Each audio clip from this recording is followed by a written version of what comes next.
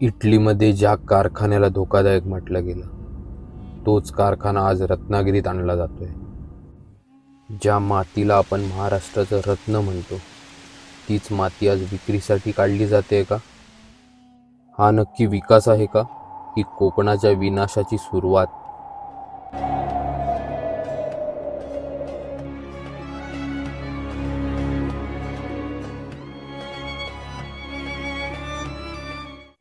नमस्कार मित्रांनो आणि कोकणवासियांनो.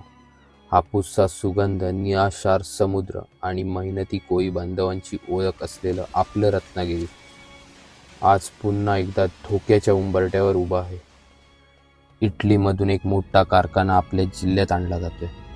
पण प्रश्न एकच आहे, हा कारखाना प्रगती घेऊन येणार आहे की आपल्या अस्तित्वावर घाव घालणार आहे? आम्ही विकासाच्या विरोधात नाही, पण विनाशाच्या नावावर विकास आम्हाला मान्य नाही. इटलीमध्ये ज्या प्रदूषणकारी उद्योगांवर कडक निर्बंध आहेत, तेच उद्योग कोकणात का? आपल्या किनाऱ्यांचं आणि जैवविविधतेचं काय? कारखान्यातून निघणारं दूषित पाणी समुद्रात सोडलं गेलं तर मासे नष्ट होईल आणि कोळी बांधवांचं पोट रिकामं राहील.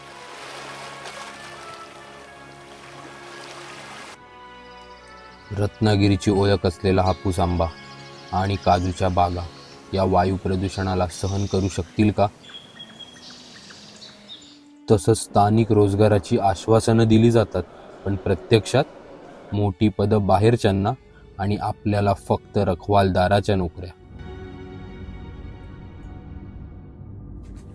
ही लढाई फक्त आजची नाही, ही लढाई आपल्या पुढच्या पिढीसाठी आहे.